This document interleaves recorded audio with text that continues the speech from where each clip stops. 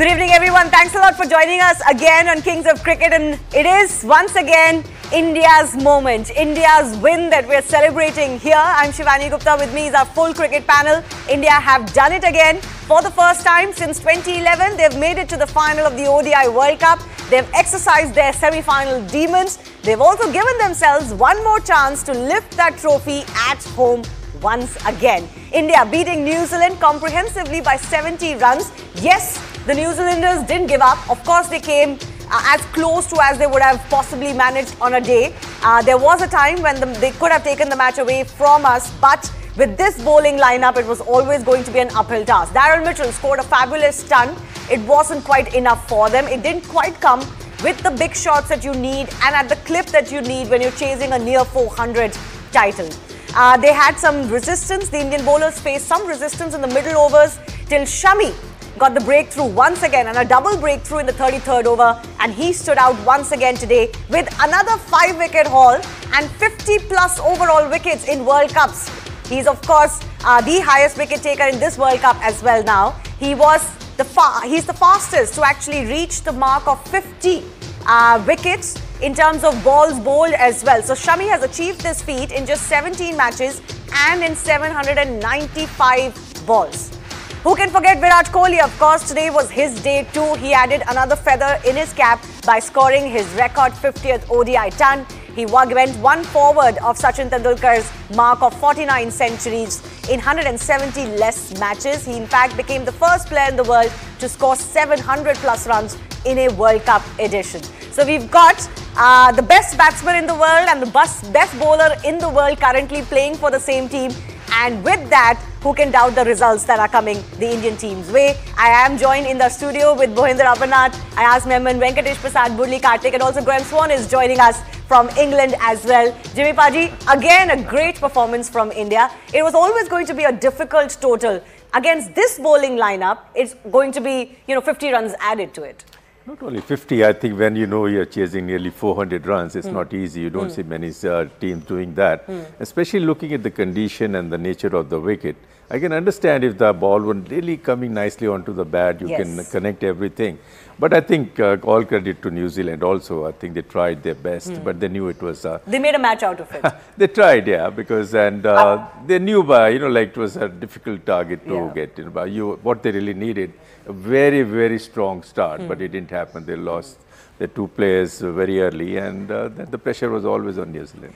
There was a time when Williamson and Daryl Mitchell were batting and it looked like they could take the match away from us. Shami dropped Williamson in the 29th over. 3 overs later, he came back and did his, let his ball do his talking. Yeah, he made amends by getting Williamson out. And then, 7 for 57, this is an incredible performance.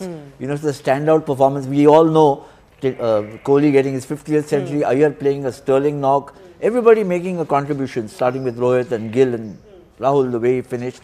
But on a belter of a track, 7 for 57 is an outstanding performance, as the bowlers will tell you.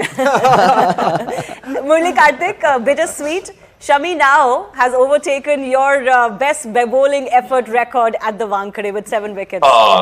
An outstanding. Why not? To take India into the finals with a performance like that. And listen, when the others were going for runs, he was the one who had already taken 4. Yeah. He was the one who got the breakthrough, and it was only him who looked like he could do something. Whereas even if you look at Bumrah had an off day. Siraj went for a few runs. The spinners, in trying to counter Daryl Mitchell, started bowling quicker, and then they suddenly realized that this is not the way to go. It was only Shami. So really well done, and what a tournament he's having. And thanks to all those guys who have been saying that where was Shami when he was not. We've got a few years. That's right. It's just a way of saying. All those guys who are saying where was Shami, now they know that he is undroppable from the side. Both these bowlers have been insisting right from the time this World Cup started. How can you keep Shami out? Exactly. Yeah, we were all wondering. So on any flat wicket, you just mentioned it was a good wicket. Who's asked the most questions? Mohammed Shami. Always Shami. He is always going to ask questions. Venki will tell you the kind of lengths he hit, the seam presentation on any docile surface. He is the one who's going to ask questions of batters, and that's exactly what he has done. Venki, your thoughts on Mohammed Shami today? 7 for 57, when nobody else was actually taking that many wickets. Today was the first time actually our spinners went wicketless together. Between the 11th and the 33rd over, there were no wickets for India today. I think you need to give credit to the New Zealand batters as well. I think they applied themselves quite well, and 13 was the wrong number for them because both the openers got out for 13. 13, yes. Yeah, exactly. So having said that, I think they needed a partnership, and I think both Daryl Mitchell and Williamson played a superb knock, and they built that partnership. At one time, they were on par with the Indian team, yes. Isn't it? In terms of score and the number of wickets on the same over. So they had a pretty good chance. Of course, it was a mammoth total to chase. They're always pressure chasing a score like that, but still they never gave up. And having said that, I think again coming back to Shami, I think he was just wonderful, fastest to reach the 50 wicket mark in the World Cup. I think he's been a terrific bowler throughout his career and in this tournament as well. Overall, I think it was a great effort from the batters to begin with, and the bowlers finished it off well. I think fielding is one area where they need to still improve, I suppose. Yeah, but I'm wondering what Shami would have been telling Rohit Sharma after he came back. No, not the cat, but after he came, he was drafted into the team eventually, and then he's just been undroppable since. His ball is doing the talking. His ball is doing. Yeah, that's the best way to answer back, isn't it? I mean, if a batter is dropped, then you need to let everybody know through your score. Even in 2019, he was omitted from a few matches. Then he came back, got a hat-trick against Afghanistan. And he's come back into white ball cricket entirely since then. Obviously in Test cricket. And also when you look at his T20 numbers, you look at his numbers, they've just gone from 9.5 economy rate to 6 in the last the last 4 years. His average has come down from 34, not because I know stats, because I just, to 16 per wicket. So can you imagine the drastic changes? He's actually aged very nicely. Yeah.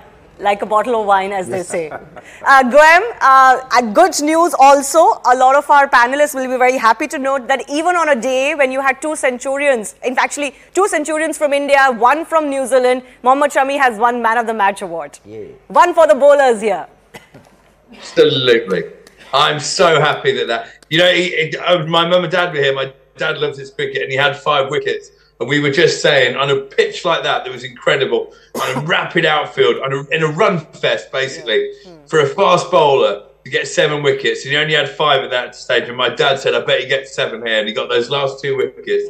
That is a phenomenal performance. That is the performance of the World Cup with the ball for me. And you're right, at one point, my 0% that I said earlier was starting to look a bit dodgy. I was starting to think, oh no, I've cursed India here. Because New Zealand did look set, but if it wasn't for Shami, every time he got the ball, he looked like the only bowler who'd take the wicket, like Murali Kartik said. He was the difference today. And, I take my hat off. I'm so happy when bowlers get man of the match, because it barely ever happens. And I was convinced they'd give it to Kohli because of the milestone. Yeah. But yes, bowlers, unite. Absolutely, absolutely. I'm so happy both Graham and I, now we're matching in our colours as well.